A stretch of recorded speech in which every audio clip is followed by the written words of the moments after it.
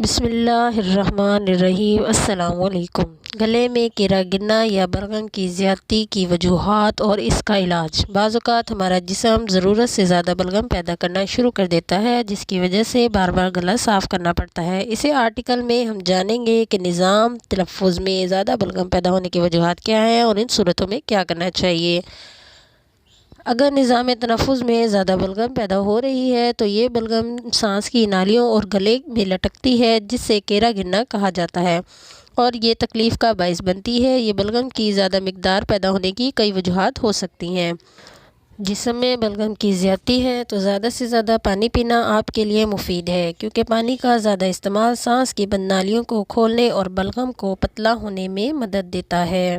گرم اور نمکین پانی سے غرارے کریں۔ نمکین پانی سے غرارے کرنا بلغم کو گلے سے صاف کرنے کا باعث بنتا ہے۔ سردی میں یہ مسئلہ بڑھ جاتا ہے۔ گرم پانی کا استعمال اور بہت ساری بیماریوں سے بھی محفوظ کرتا ہے۔ لیٹنے کے دوران سر کے نیچے کوئی موٹا تکیہ رکھنا بھی بلغم کی زیادتی کی صورت میں نظام تنفس کو صاف رکھنے کا باعث بنتا ہے۔ ادرک، دار چینی، بڑی الائچی اور ہلدی وغیرہ میں ایسی خوبیاں پائی جاتی ہیں جو گلے میں جمی بلغم کو خارج کرنے میں مدد دیتی ہیں اور امونیم سسٹم کو بہتر بناتی ہیں۔ اس لیے ان چیزوں کا قہوہ بنا کر استعمال کریں اور ورزش کریں۔